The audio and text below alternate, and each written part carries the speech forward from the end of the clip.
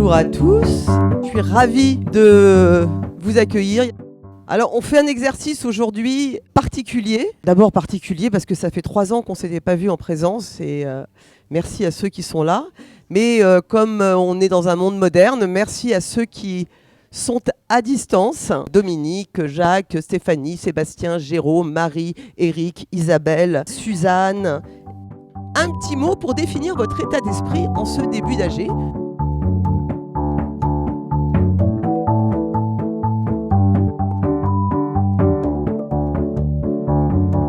On est une association qui pense, qui voit, qui croit à un coaching autour de 5 piliers.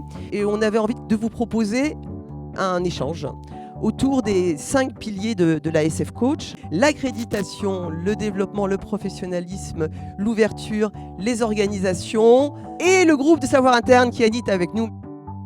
Alors l'accréditation, c'est un moyen de rejoindre la Société française de coaching. Donc c'est aussi important pour l'ensemble des coachs de connaître les modalités d'entrer dans la SF Coach, de pouvoir s'associer entre professionnels pour évidemment débattre de tous ces sujets de la pratique du coaching. Et on voit aussi il y a de nouvelles générations de coachs qui arrivent, une autre façon de faire, de voir, de vivre le métier de coach, et il faut aller vers eux. Parce que leur attrait par rapport à une association professionnelle et son intérêt, ce qu'elle peut leur apporter, est peut-être moins évident qu'il y a quelques années. Donc tout ça a été échangé. Je crois qu'on repart avec un esprit participatif, mais aussi avec quelques orientations d'action que nous mettrons en œuvre dans les mois qui viennent.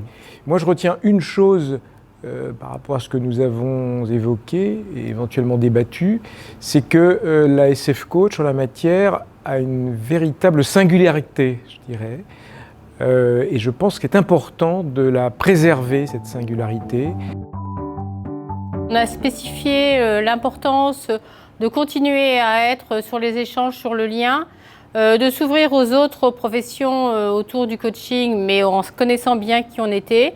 Et du coup, ça a été 45 minutes très enrichissant, tant d'un point de vue de ce qu'on a pu recevoir, également du retour qui a pu être fait des autres coachs présents. À l'intérieur de la SF Coach, il y a un savoir. Et il faut l'écouter aussi, ce savoir, et lui permettre de s'exprimer. C'est parti comme ça. Et donc, il y a 2 groupes de savoir interne aujourd'hui qui ont persisté. Donc, celui que je pilote, théorisation, etc., et celui de Pascal Cougnier qui s'appelle le coaching d'organisation et qui, là, bien sûr, est au cœur des évolutions de ce métier. Lorsqu'on travaille là-dessus, on devient des praticiens-chercheurs. Ça veut dire quoi? Ça veut dire que nous souhaitons, à travers cette réflexion, mettre en place, en quelque sorte, un savoir au plus près de notre pratique. En gros, c'est, réfléchissons à ce qui se passe dans une séance. Qu'est-ce que le coach fait dans une séance de coaching? De savoir.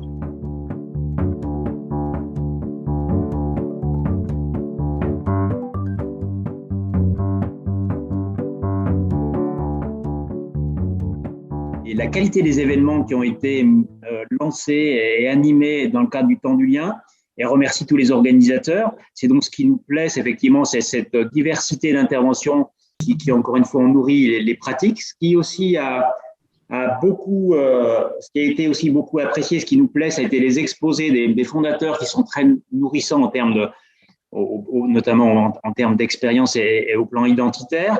Un autre débat a animé notre sous-groupe autour de ce que nous a apporté effectivement le confinement grâce à l'avènement du distanciel et comment arriver à trouver un équilibre qui soit satisfaisant entre ce fameux distanciel et le présentiel, animé peut-être davantage par les régions, comment redonner un peu d'énergie ou d'importance aux régions pour arriver à trouver ce bon équilibre entre ce distanciel avec lequel on a beaucoup grandi et le présentiel. Nous étions aidés toute cet après-midi par une sacrée équipe de clowns. Il paraît que certains étaient coachs, qui ont illustré par des décalages clownesques nos propos et qui ont su faire de la résonance à ce sujet. Et enfin, bien sûr, des débats. Nous sommes à l'ASF Coach autour des grandes questions de notre métier, de sa régulation, des regroupements entre associations. Voilà, tout ça fait partie de la vie de nos associations, où nous en sommes et vers où nous allons tous ensemble pour poursuivre dans notre métier autour du coaching professionnel.